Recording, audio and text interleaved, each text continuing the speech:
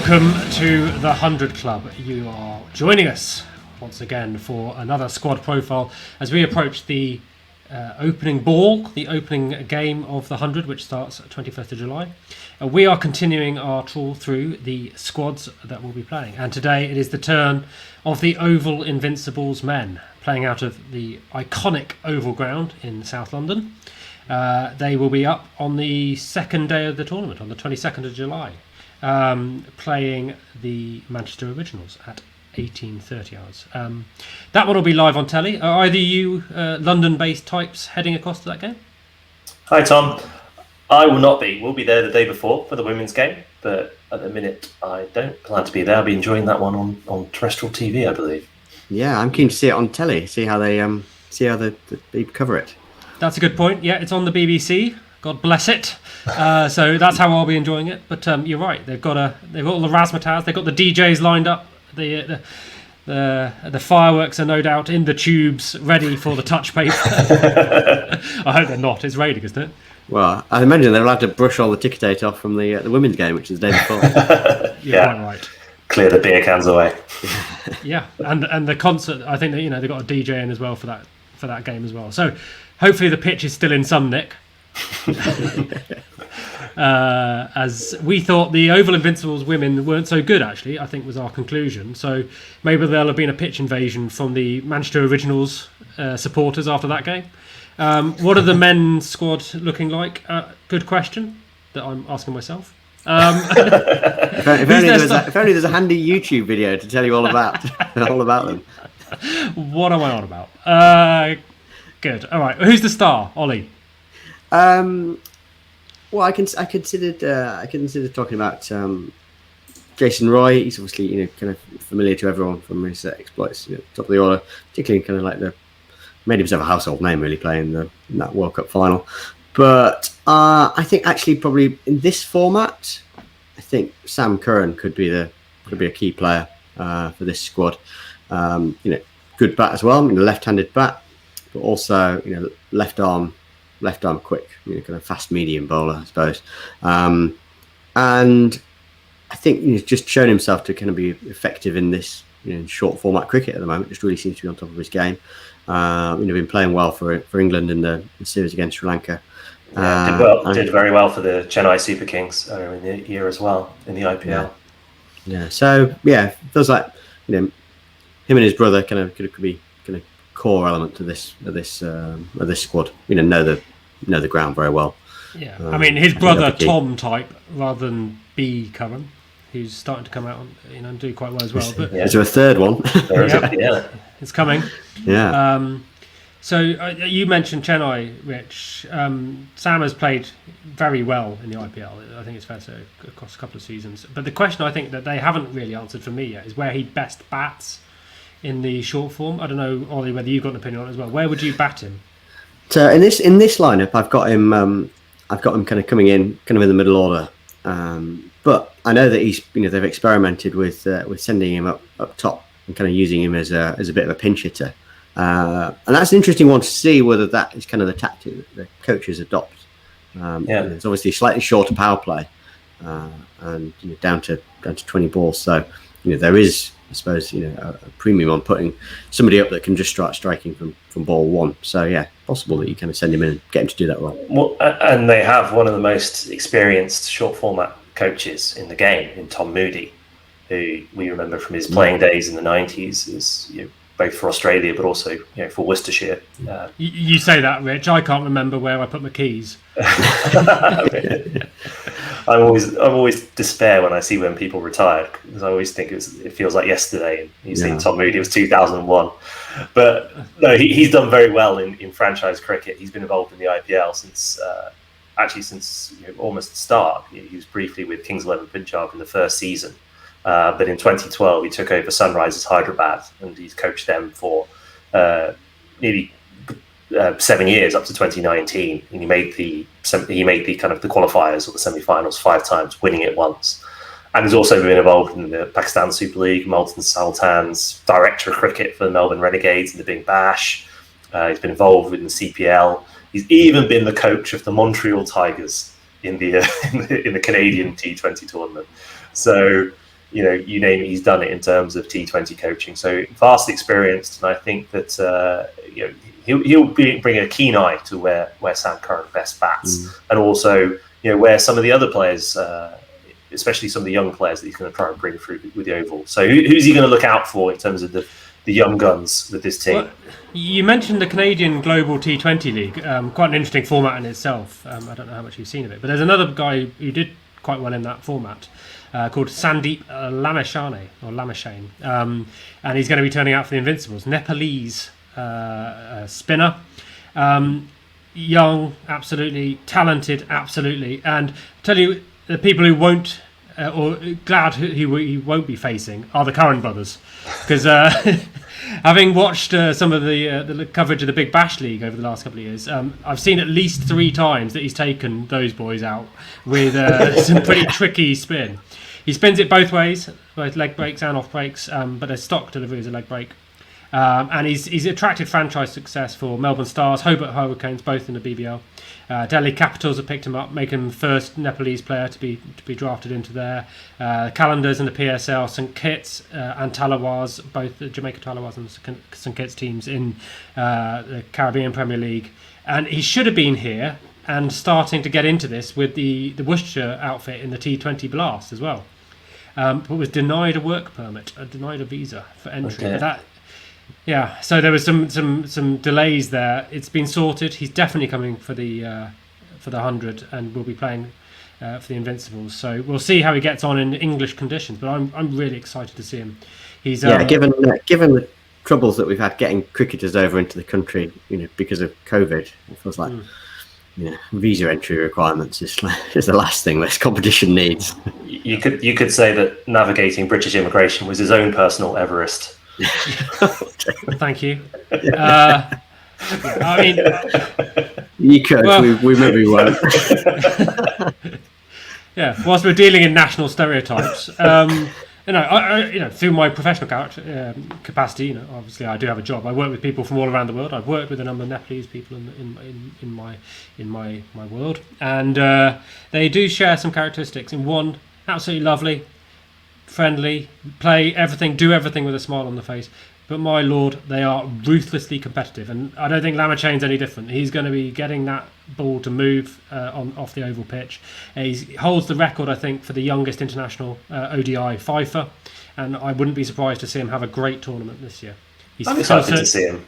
Excited to see him. Yeah, it's growing the game, isn't it? We've got a few Afghans involved in the tournament, in Rashid Khan and Mohammed Nabi. We've got Lamashane as a Nepali. You know, there's a few Dutch involved. It's great. The Dutch South Africans. Yeah. Talking visa requirements again. Well, we had Fred Klaassen come in at the draft on Friday. I know we're not talking about Manchester, but you know, he's a proper Dutchman. Yeah. So yeah, it's growing the game. That's what we want. Yeah. So we'll see where he slips in. But for me, he's going to be in the squad.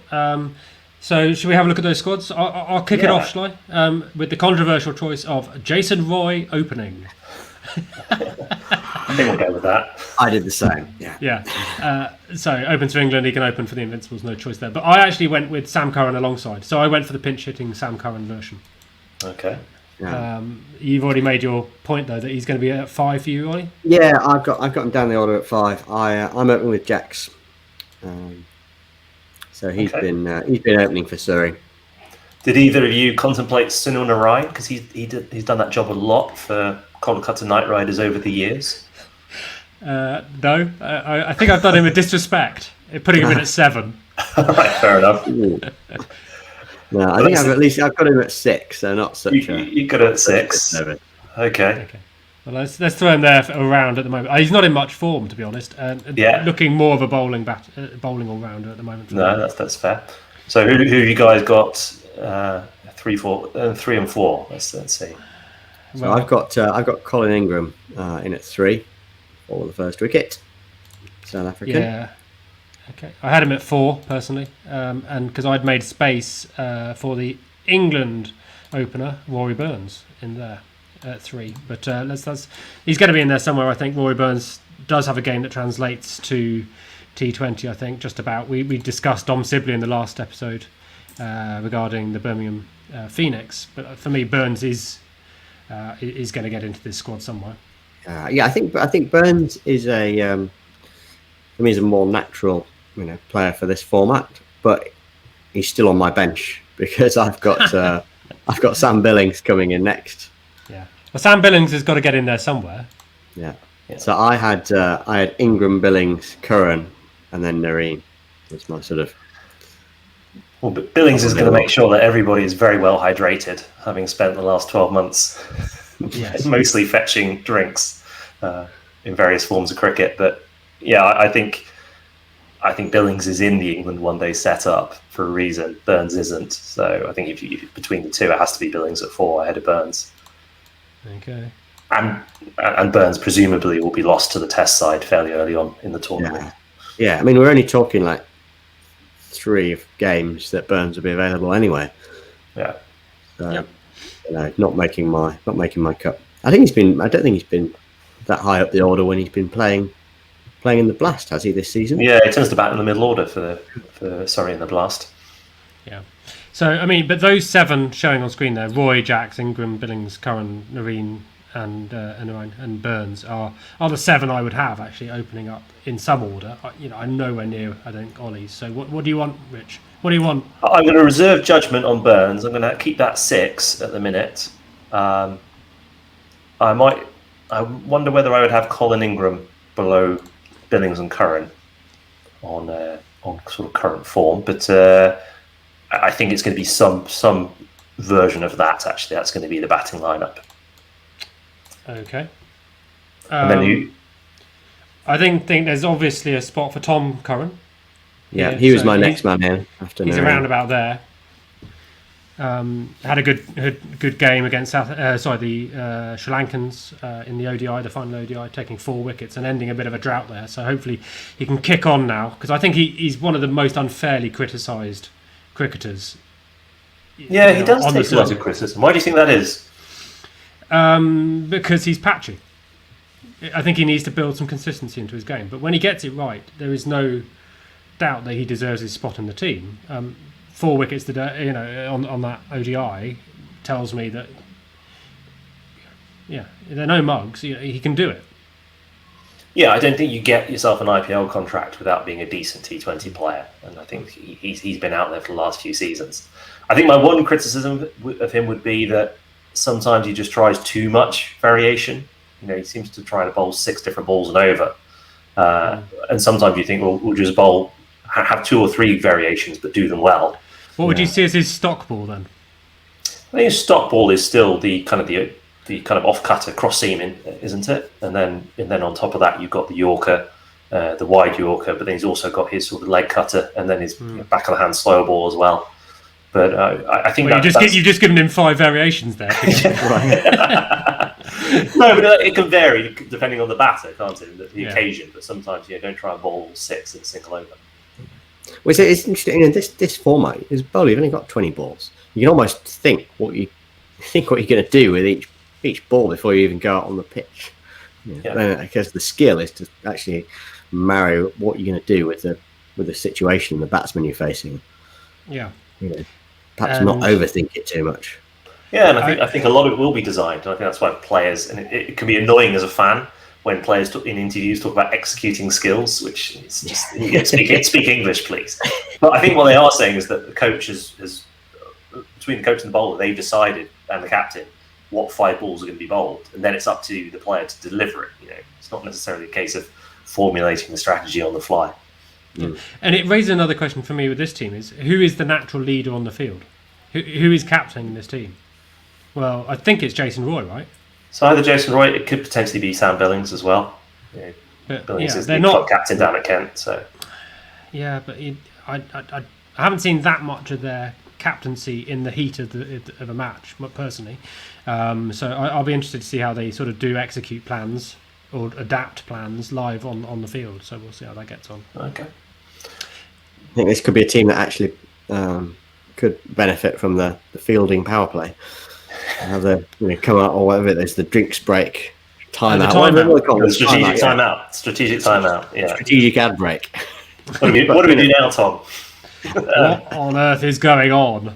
Right. I am going to put some bowlers in then, shall I? Yeah, please do. Okay, so I'm going to go. I've got Saqib Mahmood getting a spot. I've got Reece Topley. Oh, excuse me. No, I'll move that back across. Reece Topley back in the England fold. Giant of a man. I think he's going to be bowling for this team. And then I'm going to bring in Sandeep Lamashane as well, who I mentioned before. And I'm one short because you've denied me Rory Burns. Okay. And who do you have, Ollie, as your 11th? So I felt I probably had enough batting and sort of batting all rounders. So I was then mulling over. I considered putting Burns in, but I kind of figured I probably got enough batting. So actually, I was considering whether I would put in Nathan Souter to get a second leg spinning option. Just because I generally like having a leg spinner in the side, and this squad gave me the chance to have two, and that didn't feel like it was going to come around very often, so I'm doubling up on my leg spinners. I take it you're both giving Billings the gloves, right? I am, yeah. Yeah. I mean, the alternative I think is it Jordan Cox, the wild card? Yeah, I was going to throw that in as a wild card because he did smash. I think it was 61 off 28 the other night, which was a tremendous demonstration of range hitting. So they did potentially want to bring him in as a keeper batter and bat him at sort of 6 or 7. That might be an option later on in the tournament.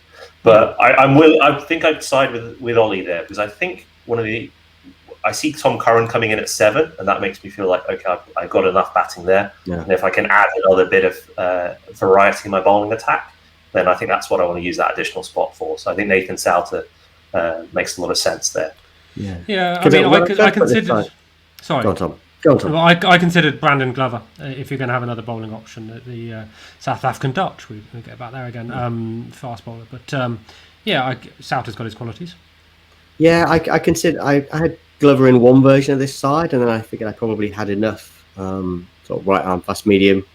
And I also considered having Laurie Evans in, kind of, sort of middle order batsman, kind of reputation has kind of been a good sort of finisher and kind of get you over the line in run chases. But then I kind of just looked at the batting lineup and I kind of thought if I've got Tom Curran, not coming in until 7, I've just got enough batting. I wanted another bowling option, which is why I put Souter in.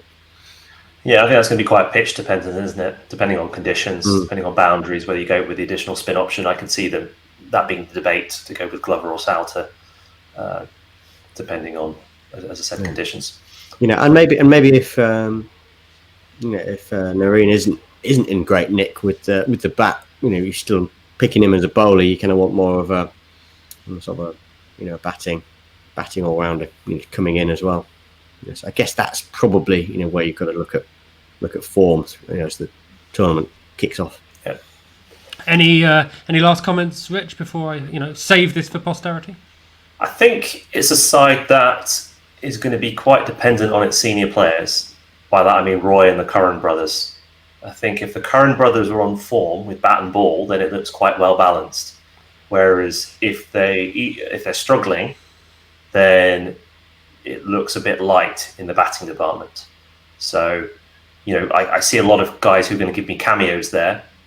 But if Roy gets out early, then I worry for them a little bit. So perhaps, but the bowling looks strong. I like the look of their bowling lineup. So, I guess any given day. Sorry, Ollie, go on. I guess particularly if we've got where do we end up with batting Ingram? Is he coming in at 3? Or do we have him down at 5? But that's probably one of the least overseas dependent batting lineups. Some put together. It's basically trusting the English guy to go out and score the runs in this side for the most part. But I think most of the other squads they tended to go for kind of a star overseas batsman to kind of go in kind of in the top 3. Yeah, and Ingram is perfectly well adapted to English conditions. Spent quite a lot of time over here, so I think it'll be fine. It is entirely conceivable we might see 8-9 games where the Oval Invincibles just see Roy and Billings teeing off for 100 balls each. 100 balls. I think I would go Curran, Billings, Ingram, just because of seeing Sam Curran do so well in the IPL batting at 3. So I think That's your squad.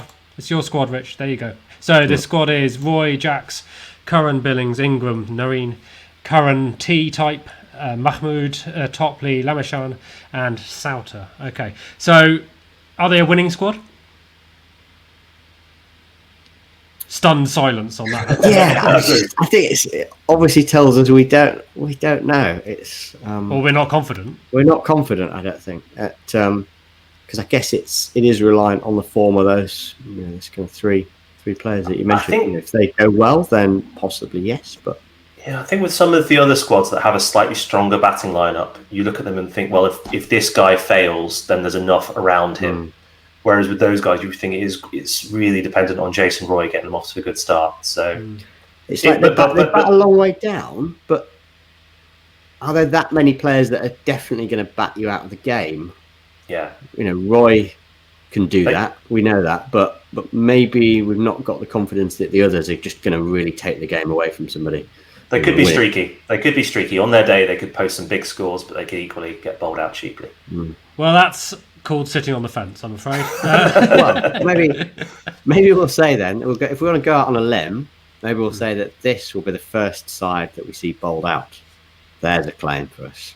Okay, well, there you go. You can have your 50 pence on that. Yeah. For me, I don't see them challenging for the top 3 slots to make it into the finals process, but we'll see how they go. And as I said before, they are up first amongst the men's teams against the Originals on the 22nd of July. So we'll be keeping a keen eye on that, and you'll get our reactions, some of them live, some of them filmed, as we get closer to the tournament. Please do join us again. If you're enjoying our content, we'd love to know about it. Give us some comments down below. Challenge our squad picking. It's a bit easier now that the squads are fixed, thanks to the wildcard blast. The wildcard process. But Ollie, Rich, you'll dib in with your opinions, I'm sure, as we go. Thank you for joining me. Thank you. See you later. Thank you all for joining us, and we'll see you soon. Bye.